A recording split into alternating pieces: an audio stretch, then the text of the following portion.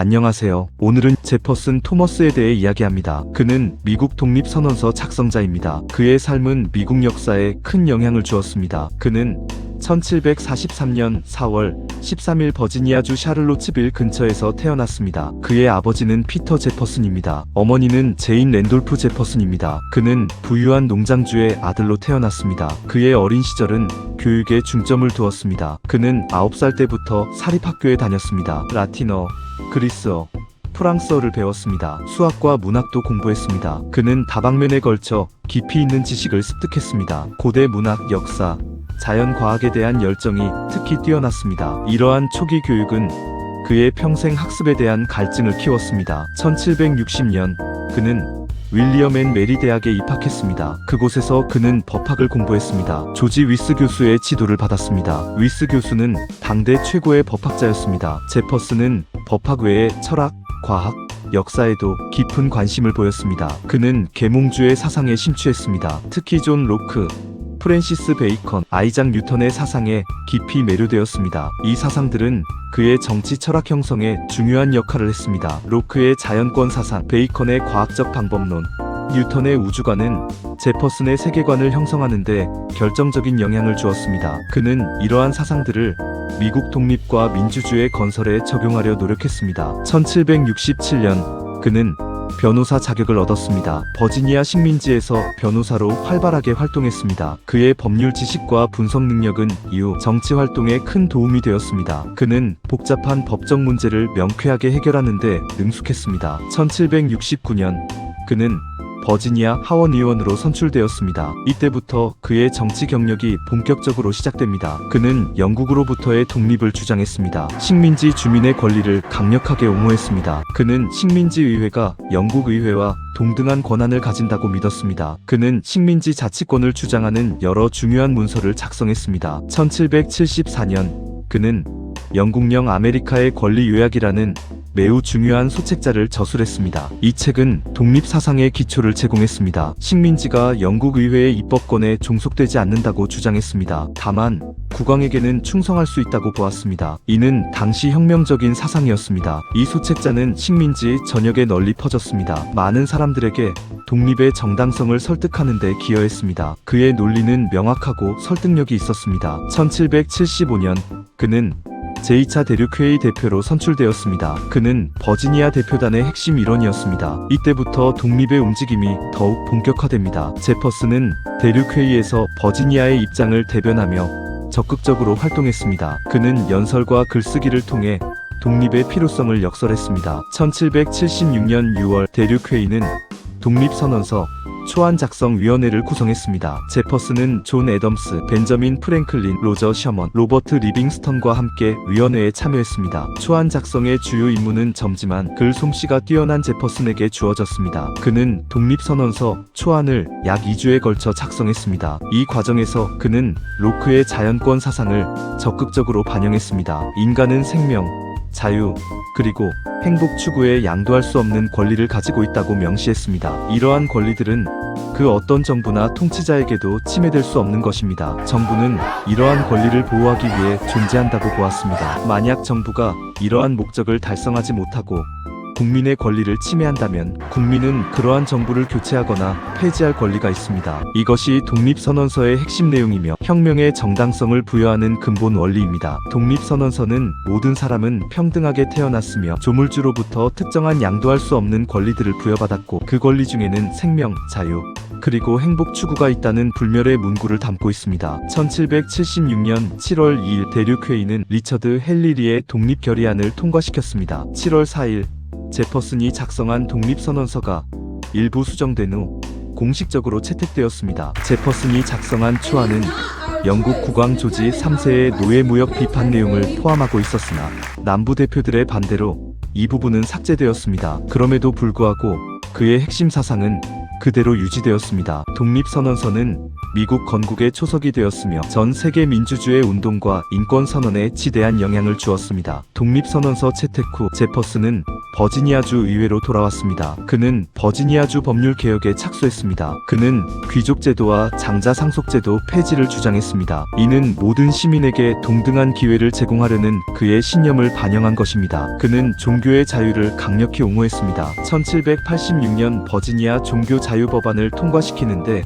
결정적인 역할을 했습니다. 이 법안은 미국 헌법의 수정헌법 제1조에 영향을 주었습니다. 그는 노예 수입 금지 법안을 통과시켰습니다. 하지만 노예제도 자체를 완전히 폐지하지는 못했습니다. 그는 개인적으로 노예제도를 반대했습니다. 그의 저서에서도 노예제도에 대한 비판적 시각을 드러냈습니다. 하지만 그의 농장에서는 많은 노예를 소유했습니다. 이 점은 그의 생애에서 가장 논란이 되는 부분이며 오늘날까지도 많은 역사적 논의의 대상이 됩니다. 이는 당시 미국 사회의 복잡한 현실과 개인의 이상 사이의 모순을 보여주는 사례입니다. 1779년부터 1781년까지 그는 버지니아 주지사를 역임했습니다. 주지사 재임 기간 중 영국군의 침공을 받았습니다. 어려운 시기를 보냈으며 주 방위군의 조직과 관리에 대한 비판을 받기도 했습니다. 1784년 그는 프랑스 주재 미국 공사로 임명되었습니다. 그는 벤저민 프랭클린의 뒤를 이어 프랑스에서 5년 동안 활동했습니다. 프랑스에 머무는 동안 그는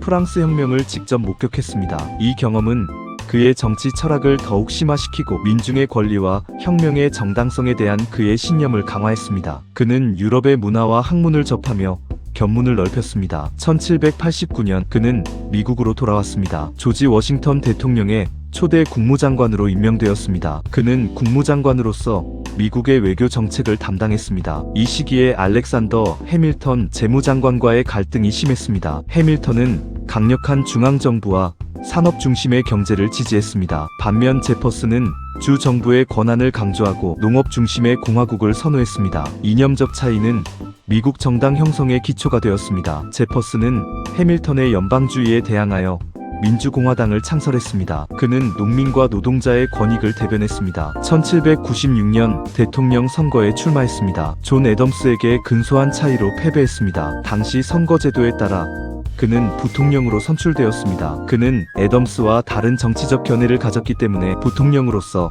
제한적이고 비판적인 역할을 수행했습니다. 그는 애덤스 행정부의 정책에 자주 반대했습니다. 1800년 그는 대통령 선거에 다시 출마했습니다. 그는 애런 버와 동률을 이루었습니다. 결국 하원에서 최종 결정되었습니다. 치열한 논쟁 끝에 제퍼슨이 제3대 미국 대통령으로 선출되었습니다. 이는 미국 역사상 최초의 평화적인 정권 교체였습니다. 그는 1801년부터 1809년까지 두 번의 임기 동안 대통령직을 수행했습니다. 그의 대통령 재임 기간 중 가장 중요한 업적은 루이지애나 매입입니다. 1803년 프랑스의 나폴레옹으로부터 루이지애나 영토를 단돈 1,500만 달러에 매입했습니다. 이는 미국 영토를 거의 2배로 확장하는 결과를 가져왔습니다. 이 매입은 그의 농업 중심 공화국 비전을 실현하는 데 결정적으로 기여했습니다. 그는 미국을 광대한 농업 국가로 보았으며 모든 시민에게 토지를 제공하고 싶었습니다. 루이지애나 매입은 서부 확장의 길을 활짝 열었습니다. 그는 또한 루이스와 클라크 탐험대를 조직하여 서부 지역의 지리, 동식물, 원주민 문화를 탐사하도록 지원했습니다. 그는 미국의 지리적, 경제적 독립을 강화하는 데 주력했습니다. 그는 해군력을 강화했습니다. 지중해에서 바르바리 해적과의 전쟁을 승리로 이끌어 미국 상선의 안전을 확보했습니다. 국내적으로는 연방정부의 규모를 축소했습니다. 불필요한 관료 제도를 개혁하고 세금을 줄였습니다. 국채를 상환하여 재정 건전성을 확보했습니다. 그는 언론의 자유를 강력히 옹호했습니다. 연방주의자들이 통과시킨 외국인 선동법을 폐지했습니다. 이 법은 언론의 자유를 침해한다는 비판을 받았습니다. 그는 사법부의 독립성을 존중했지만 대법원장 존 마셜과의 갈등도 있었습니다. 마셜은 연방정부의 권한을 강화하려고 했고 제퍼슨은 주 정부의 권한을 강조했습니다. 이들의 갈등은 미국 연방주의와 반연방주의의 지속적인 논쟁을 보여줍니다. 1809년 대통령직에서 은퇴했습니다. 그는 그의 사랑하는 고향 몬티첼로로 돌아왔습니다. 은퇴 후에도 그는 활발하게 활동했습니다. 그는 버지니아 대학교를 설립하는 데 전념했습니다. 그는 건축가로서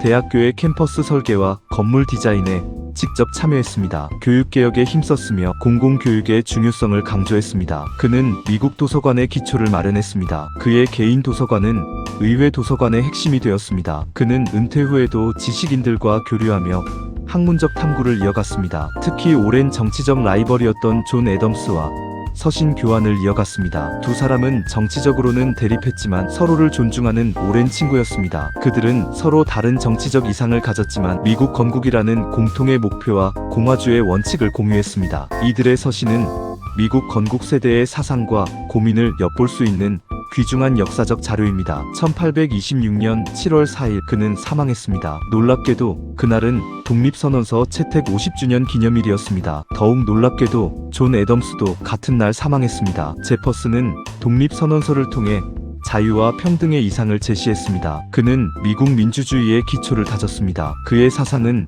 오늘날까지도 미국인들에게 큰 영향을 미칩니다. 그는 다양한 면모를 가진 인물이었습니다. 그는 정치가, 외교관, 사상가, 과학자, 건축가, 발명가였습니다. 그는 지식과 혁신을 끊임없이 추구했습니다. 그의 삶은 복잡했습니다. 이상과 현실 사이에서 끊임없이 갈등했습니다. 그는 독립선언서에 모든 사람은 평등하게 태어났다고 명시했습니다. 하지만 그는 평생 노예를 소유했습니다. 이 모순은 미국 역사에서 가장 중요한 부분 중 하나이며 인종차별과 자유에 대한 논의를 촉발합니다. 그의 유산은 미국인들에게 계속해서 논의됩니다. 그의 건축물인 몬티첼로는 유네스코 세계문화유산으로 지정되었습니다. 그의 지적 호기심과 넓은 지식은 많은 사람들에게 영감을 주었습니다. 그는 스스로를 농부, 학자, 건축가로 보았습니다. 그는 몽테스키웨와 루소의 영향을 받아 작은 정부와 개인의 자유를 옹호했습니다. 그의 농장인 몬티첼로는 자급자족을 목표로 했습니다. 그는 많은 식물을 재배했습니다. 새로운 농업 기술을 실험했습니다. 그는 발명가이기도 했습니다. 다양한 실용적인 도구를 고안했습니다. 그는 미국 건국의 아버지 중 한 명입니다. 그의 독립선언서는 인류 역사상 가장 중요한 문서 중 하나입니다. 자유와 민주주의의 상징입니다. 그의 삶과 사상은 미국을 이해하는데 필수적입니다. 그는 이상주의자였습니다. 동시에 현실주의자였습니다. 그의 복잡한 면모는 그를 더욱 입체적인 인물로 만듭니다. 그의 업적은 미국 역사에 지울 수 없는 흔적을 남겼습니다. 우리는 그를 통해 자유와 정의의 의미를 되새깁니다. 그의 정신은 미국을 넘어 전 세계에 영향을 주었습니다. 민주주의와 인권의 가치를 높이는 데 기여했습니다. 그는 미국 혁명의 중요한 인물이었습니다. 그의 리더십은 새로운 국가 건설에 필수적이었습니다. 그는 새로운 국가의 이상을 제시했습니다. 그 이상은 현재까지도 미국 사회를 이끄는 원동력입니다. 그는 자신의 신념을 실현하기 위해 노력했습니다. 많은 어려움과 도전에 직면했습니다. 하지만 그는 굴하지 않았습니다. 그의 끊임없는 노력은 미국을 자유로운 국가로 만들었습니다. 그의 글은 강력한 힘을 가졌습니다. 독립선언서는 그 증거입니다. 그의 글은 사람들의 마음을 움직였습니다. 독립을 위한 열망을 불러일으켰습니다. 그는 연방주의자들과의 치열한 논쟁을 통해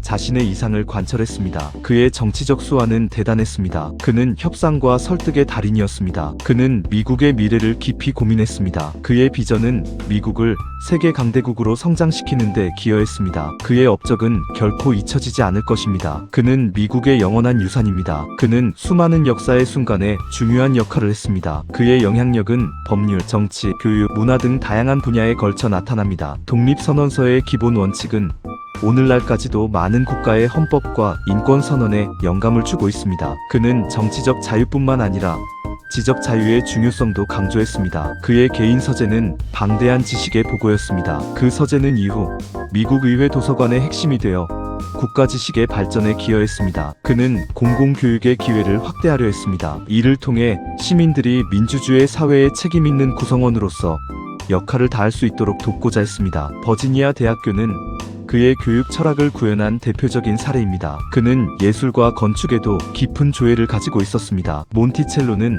그 자신의 디자인으로 지어진 아름다운 건축물이며 신고전주의 양식을 미국에 도입하는 데 중요한 역할을 했습니다. 그는 프랑스에서 많은 영감을 받아 미국의 새로운 건축 양식을 소개했습니다. 이는 미국의 문화적 정체성 형성에 기여했습니다. 제퍼슨은 과학적 탐구에도 열정적이었습니다. 그는 고생물학, 식물학, 기상학 등 다양한 분야에 관심을 가졌습니다. 루이스와 클라크 탐험대는 그의 과학적 호기심과 국가 확장의 열망이 결합된 결과였습니다. 그는 미국이 단순히 정치적 독립을 넘어 지적이고 문화적인 독립도 이루기를 바랐습니다. 그는 자신의 이상을 실현하기 위해 평생을 바쳤습니다. 그의 삶은 도전과 좌절 그리고 위대한 성취로 가득했습니다. 그는 현대 민주주의의 기초를 다진 선구자 중 한 명으로 기억됩니다. 그의 복잡한 유산은 여전히 우리에게 많은 질문을 던집니다. 하지만 그의 독립선언서와 민주주의에 대한 헌신은 미국 역사에서 지울 수 없는 빛나는 부분입니다. 그의 정신은